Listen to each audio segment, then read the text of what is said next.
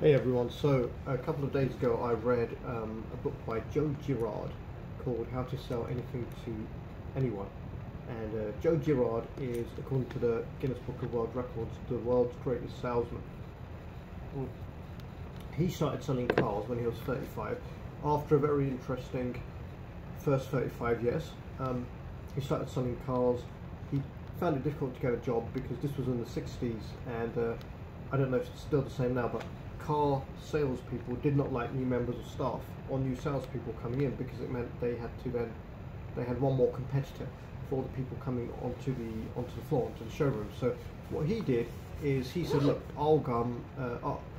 give me a job, and I won't speak to anybody coming into the showroom. I'll just call my own people. And the manager didn't believe he'd be able to do it, but he said he would give him a chance. So Joe Girard took a couple of pages from the phone books, the business and the residential, started calling through. Didn't get a sale from that in the first day, but right at the end of the day, when everybody was all tied up with other customers, somebody came in. He remembers his first sale. It was a Coca-Cola salesman, and he said, when I looked at that salesman, I saw a bag of groceries, because at the time he couldn't afford to feed his family, and he had children. And that's where one of his first rules comes from. He says, you have to know what you want. You have to want something, you have to know what it is. For him, he wanted money to be able to buy food for his children. This is when he was 35. And he did quite well. So he managed to sell the guy a car, that Coca-Cola salesman. He managed to sell him a car, and then he asked, it's cold where I am, so I'm a bit laid up. He asked the manager to lend him $10 so he could buy food for his children, and he said it felt great. Anyway, the first 35 years of Joe Girard's career. So Joe Girard, greatest salesman ever, I think 13,001 sales over a 15-year career or something like that. Sold more cars than anybody else, basically, and then went on to give talks and courses on selling. I don't know if he's still alive. His name is actually Joe Girardi, but he dropped the I, so because there was a lot of discrimination against Sicilians back then. And this is in the States, and even right now. Is the States the most racist country in the West? Seems like it, if you watch the news and you see what's going on, but that's probably because they've had that idiot Trump in charge for so long. And here, even in the UK thing, racism is a lot more rife than it was. And that's largely down to Brexit. Most of the idiots who voted for Brexit thought they were voting to get rid of foreigners, get rid of immigrants, get our benefits back, whatever. Nobody seems to have understood. Nobody who voted Leave seems to have understood what they voted for, because now the French fishermen are fucked. They can't move their produce fast enough, so it all spoils and nobody's buying it. 5 billion worth of European share trading left the city on the 4th of January. So happy days for wherever that went to. The city that produced before Brexit, not before the Brexit vote, but before Brexit, 7% of UK GDP, 1.4 million jobs. Anyway, that's a different topic. So getting back to Joe Girard. His father hated him. His father used to beat him all the time. His father used to tie him up and beat him. He was always telling him he was good for nothing. He brought disgrace to the family name. He was this, he was that. And Joe says that for the first 35 years of his life, he seemed to want to prove this point, because he thought that maybe if he proved his father right, his father would actually love him. It never happened. And so he went from one failure to the other, a couple of times in prison. Then there was a guy called Abe, Jewish guy, I can't remember the name now, who taught him how to build houses. So then Joe worked really hard, went and bought some land off of a guy who assured him that there was going to be sewage pipes put in there. And when he checked out City Hall, there was no sewage pipes coming, there was no sewage system. So basically he went bankrupt. And that's when he went home one night and his wife said, how are we going to feed the children? What are the children going to eat? And so then he went to get a job as a car salesman. Now, and that's the backstory. To flip that on its head, him trying to prove his father right all the time, I found it interesting from a psychological perspective.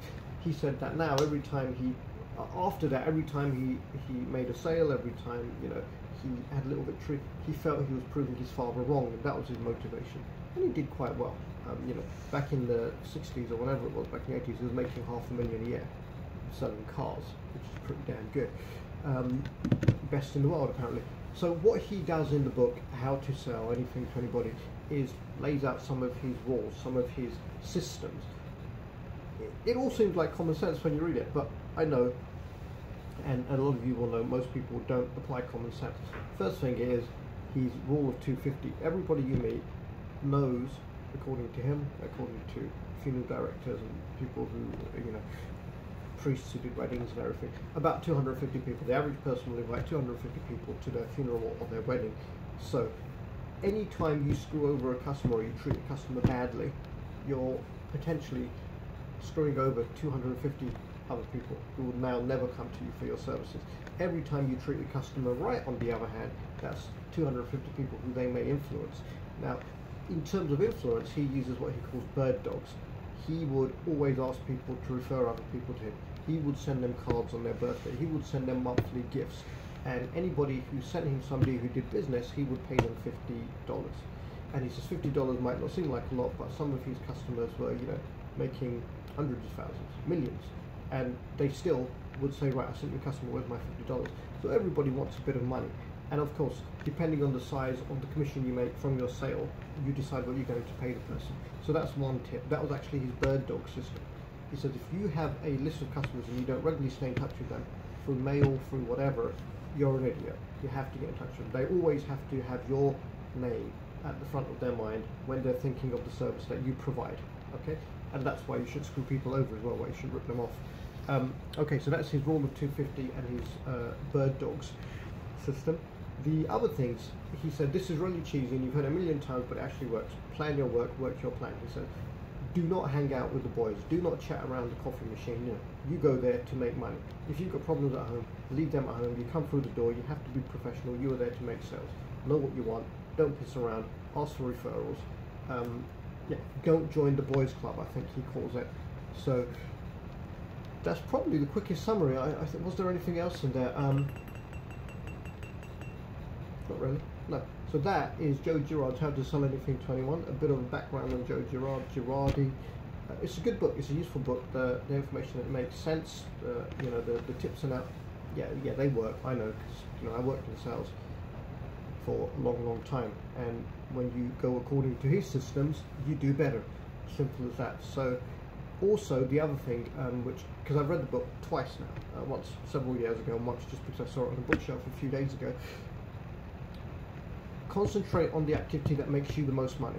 So when you start out, you're getting your own customers, you're doing your own prospecting, you're doing your own, admin, if you want to call it, and then you spend maybe all your time, you spend this much doing the most profitable activity. So for salespeople, it's actually closing the deal. So he says, as soon as you can afford it, hire people to do the other stuff for you, and that way, rather than spending 3 days out of 5 to fill 2 days with closing, you could hire a person to do the prospecting and the filtering of customers and getting through to interested customers, and then maybe spend 3 days out of 5 closing, and the extra day of closing would make you money as well as allow you to pay them. He has people doing a lot of stuff for him. Well, he did, back when he was active. In fact, he ended up with his son working for him as well. And why not? If think about it, if you're somebody whose father makes more money than anybody else, and you have the opportunity to learn what they do, I guess that's normal. Unless father-child relationship issues get in the way. But whatever, it's an interesting book. I do recommend it for sales, and I think I've covered most of it there. I've tried to keep this one brief and concise. As a sales book, I'd probably give it I'm hesitating to say 10 out of 10, but I'd give it 8 out of 10. I don't know why I'm hesitating to say 10 out of 10, because a lot of books on sales are absolute nonsense. I like this one, just like I like the ones by people like Jordan Belfort, because they've actually been there and done it to the highest possible level.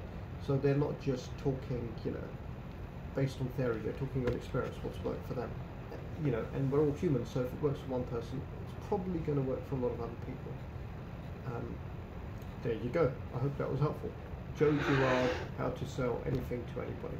Joe Girard, Guinness Book of Records, greatest salesman ever. Hope that was helpful.